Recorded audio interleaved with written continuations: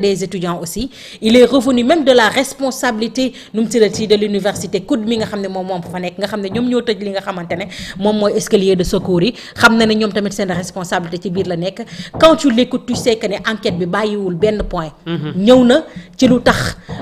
ñii doon tëb ci fenêtre yi mënuñu woon jàll ci escalier de sécurité yi lu tax mënuñu woon jàll tout simplement ci escalier yi ndax chambre bi nga xam ne mu ngi doon tàkk ñëpp xam nañ ne saxaar kenn mënu koo nooy dem nañ ba mënatuñoo gis loolu ñëwal nañ ci pourquoi ñu sotti ci fenêtre bi ak fan la jëlee enquête yooyu mooy 9 personnes yi nga xam ne ñoo bokkoon chambre bi kon 8 personnes yi moom daa interrogé ne leen kon forcément xam na lu muy wax ñëw na ci autopsie bi franchement gisuma toog ci plateau télé di wax ne procureur bi li muy wax du dëgg naa fekk romb ko et je pense que ne il a raison aussi on est parti vite nu mu tërati ci besogne parce que dara dafa ne tell rek ñu commencé di rajaxe alors que si on avait attendu un tuuti ba bàyyi ko ba moom mu déglu ko tey ni mu ko dégloo ni je pense que ne tey ñu bëri duñu am arrestation ci li nga xamante ne moom lañ ci jëlee bañ naan dañ leen di defee rek ndax dañoo toog naan procureur lu mu communiqué bi mu bind du mu tëti du dëgg ndax ñëwaat na ci li nga xam ne moom mooy communiqué gën koo leeral en tout cas man de sama xel dal na ci li ñuy traité gëm naa ne li fi xewoon dootu fi xewati gëm naa ne tey aujourd'hui y a un changement parce que derrière lii dafa daan xew mais takki der yi mësuñu woon inquiété wu ci dara et aujourd'hui le procureur nous a prouvé qu'il est en train de faire des enquêtes sérieuses et c'est tout ce qu'on demandait et que derrière le ministre de l'Intérieur est en train aussi de poser des actes yoo xamante ne dalal na xelu askan wi ndax actes yooyu bu ko posé gëm naa ne lii dootul amati ndax bu njëkk ba da nga daan gis bu lii xewee ba pare gars yi dañuy taxaw naan force restera à la loi kenn du fi nekk di rajaxe dëkk bi muy mel ni homme de tenue yi nga xam ne ñoo doon def loolu sax dañ leen ci gën a encourager wala ñuy gën a jël ay galon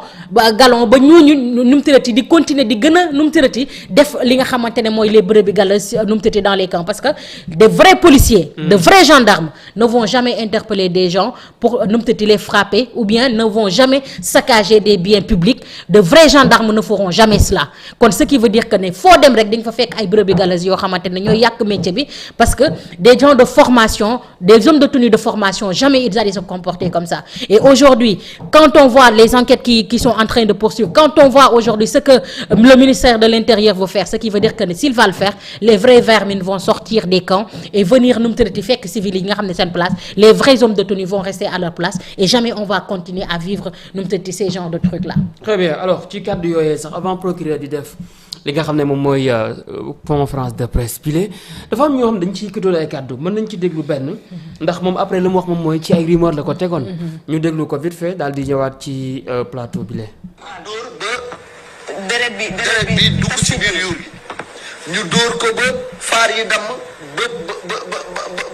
ba xotti xol bi ñu dóor la bés non mais c'est-à-dire lii boo koy wax sax waaw jarul sax xajul ci éléphant waxuma la ak ce garçon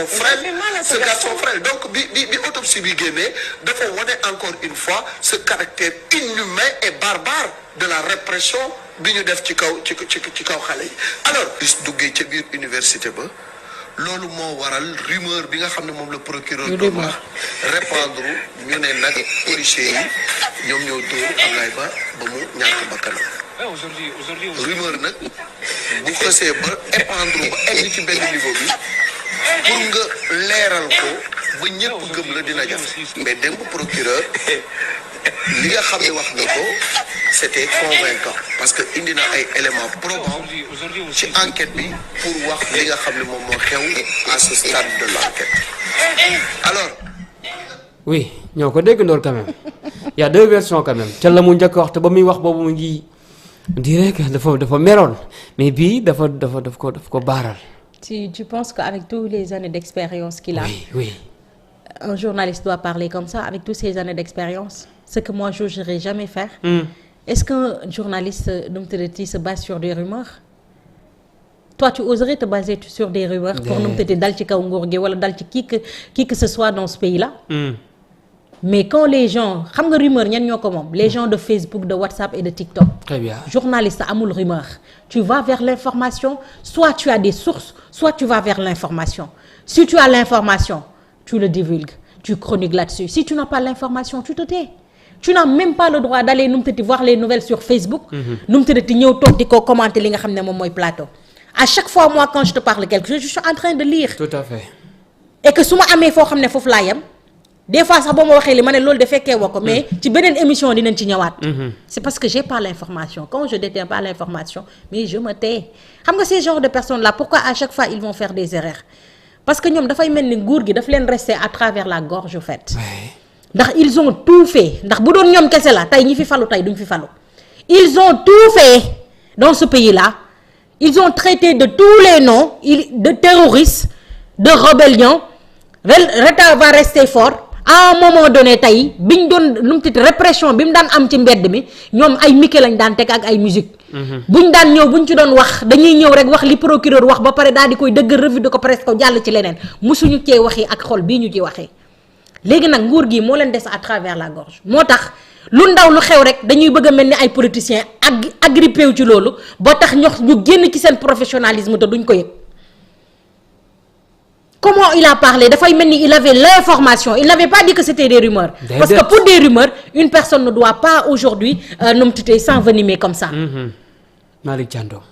c'est dommage quand même et que boo demee ci seen plateau bi yëpp c'est ça qui se passe hein parce que derrière il y a des informations ils refusent même de le traiter ñun ñëpp mun nañu xëy wax ji tey ndamu nguur gi mais bu nekkee loxo wala buñ ciy wax dañ koy faxas rek mu dem mais il suffit que ne gis nga li xew université opposition bi ñoo ko waroon gàddu di daw ak moom mais tu vas voir que ce sont des médias ñoo ko gàddu di daw ak moom nan waaw lii lañ leen waxoon nguur gii nii la nguur di ci yokk sax loo xam ne amul kii ci ñuñ convoqué moom da cee waroon a bokk xamoo loolu non da cee waroon a bokk Malick parce que ce sont des affirmations qu'il a fait il doit se numtati kontaan ci ñu bañ ko cee bokk te xam nga lu tax mu war a sant yàlla nguur gi ne fi bu doon nguur gi fi nekkoon la kon woolu nañ ko très bien ndax kàddu yi mu yëkkati bu doon nguur gi fi nekkoon la duñ ñu ko may erreur bu ndaw dañ lay gàddu yóbbu la léegi na sant yàlla nag bu ñu ko bàyyee ci plateau boobu et qu'un journaliste comme lui il doit pas toog genre erreur yi di ko dal lii du erreur soxor la mbañ nguur gi fi nekk la te nguur gi fi nekk xaw ma nan la leen nit di leen xoolee di leen bañ déjà ni ñu traité solution bi nguuru Macky Sall ñaata étudiants ñoo fi dee bari na de mus ngaa gis ñu traité ko nii bu doon nii lañ ko doon traité est-ce que tey lii dina am non loo gis rek dafa fekk dañ ci joxe ay exemple yu sévère man gëm naa ne ñii yoon bi ñu jël nii dinañ traité lii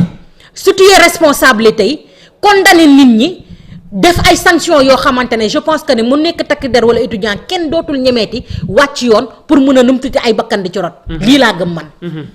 d'accord nañ arrêté alors ci loolu sax la ñuy des ndax am na ko yëkkati woon ci ay kàddu bay contredire ki nga xam ne mooy le procureur